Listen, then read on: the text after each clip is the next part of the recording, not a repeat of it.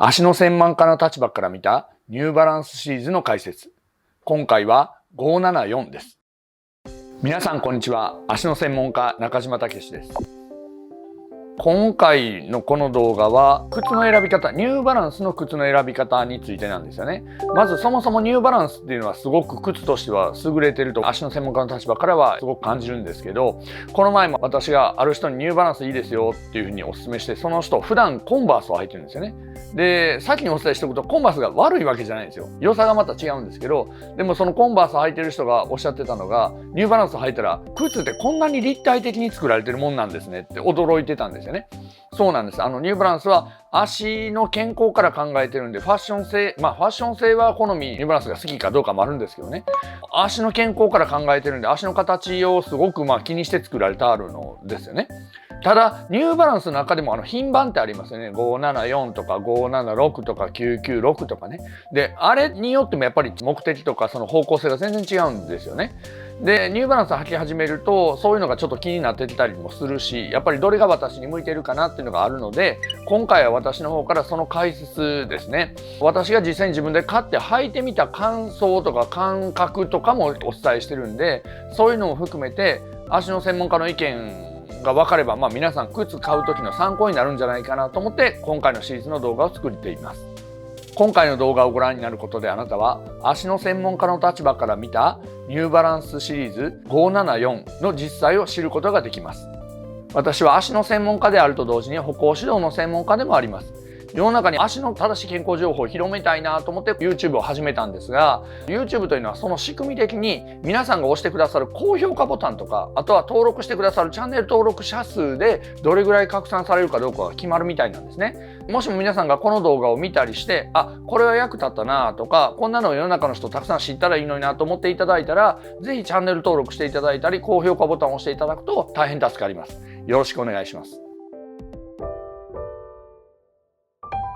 では今回は574の解説ですね。こちら574になります。574ですね。で、この574というのはニューバランスの中でいうとオフロード仕様というところなんですね。ポジショニングでいうとオフロード仕様というのは簡単に言ったら舗装された道ではないところで使うことを想定されて作られてあるやつです。これは本当かどうか僕はちょっと確認したわけではないんでわからないんですけど、一番最初にこれが作られた経緯としては、ニューバランスのその首脳陣が別荘かなんかで会議している時にちょっと外走るわっていう感じの人が走った時に、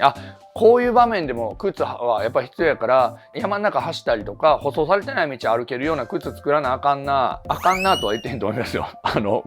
アメリカの人なんでね。いけないんじゃないかなみたいな感じで思ったらしいんですね。で、それでこのシリーズが出来上がったんです。ですからそういう仕様なんですけど、今回はこの996というのと比較の話をしながら話をしますね。全然違う靴と比較してもその対象にならないので、比較的オーソドックスなラインと比べていきますね。まずデザインで言うとパッと見ていただいたら分かるんですが、996がこの幅が細いのに対してこの574はちょっと広いんです。分かりますかね。で、オフロード仕様ということもあって、これはそのシュッとしたっていうのは関西弁かな。シュッとしたデザインというよりはガチッとしたデザインを考えられて作られてあるから、それもあるんですよね。もともとこっちは横幅が広い。しかもこの外反母趾の方とか足の横幅が広い方にとってすごく喜ばしいのは、この頃これはデザインが広いだけじゃなくて、この横幅の広いラインナップも出たんですよね。ニューバランスというのはウィズサイジングシステムって言って横幅のラインナップもあるんですよね。縦が例えば 26.5 だとしたら 26.5 はこのサイズ、横幅これしかないですよじゃなくて D、2E、4E って言って、この3段階か4段階かなあるんですよね。で D が一応細身、 2E が標準で 4E が幅広という設定なんですけど、私の足は基本的に普通で測ったら 25.3 の横幅が 9.9か 10.0、 9.9 か 10.0 っていうのはこういうので測ってます。皆さんもこういうの1000円ぐらいなんで一つ持っておいたらいいと思うんですが、デジタルノギスというやつです。こうやって横幅広げていくとここに数字が出るんですね。だからこの幅が測れるようになってます。で、これで私の足の横幅の一番広いところから広いところを取ると 9.9 か 10.0。 注意していただきたいのは、立った状態で測らないと足の横幅っていうのは分からないのでね。で、あとは親指のところの一番この膨らんでるところですね。親指の付け根のところこうやって測ると 3.1 かなっていうのが私のサイズです。その人間がこれは 26.5 の D ですね。だから細身のやつを履いてまあ履けます。普通に履けるぐらい。だからいや私足幅広やから 2E じゃないとって思ってる人はこのシリーズに関してはデザイン的に横幅が広いのでまあ結構いけるんじゃないかなという感じですね。ただ好みの問題もありますけど、シュッとしたデザインがいい人にとったらこのブワンとしたのがあんまり好きではないという人もいますよね。私はそんなにそこは気にならないですよね。で実際にそんな私が履いた感想なんですけど、包まれた感がすごくあります。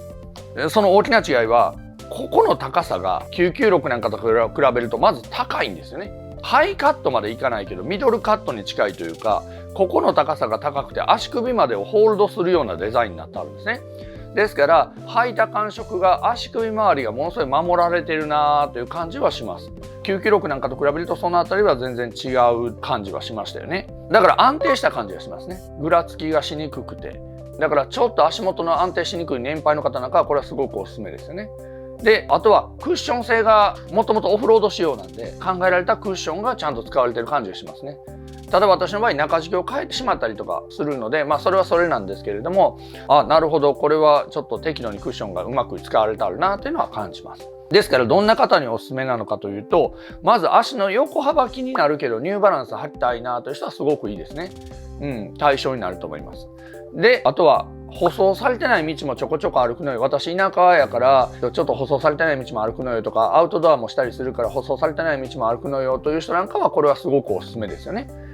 でこれも基幹デザイン中心のデザインなんで996と同じようにカラーバリエーションもすごくあるんですよね。だから選ぶのもすごく選びやすい、いろんな色を選びやすいし、でこれの場合は横幅のサイジングもまた出てきたのでそういう意味でもすごく選びやすいという風になってますね。価格もこれ1万円しないぐらいのやつなんですよね。ですから手が出やすい。私は細身はあんまり気にならない人、細身気にならない、横幅が気になるという言い方もできますけどっていう人でニューバランスをとりあえず買いたいなという人はまずこれっていうのも一つすごくいい選択ではないかなと思いますね。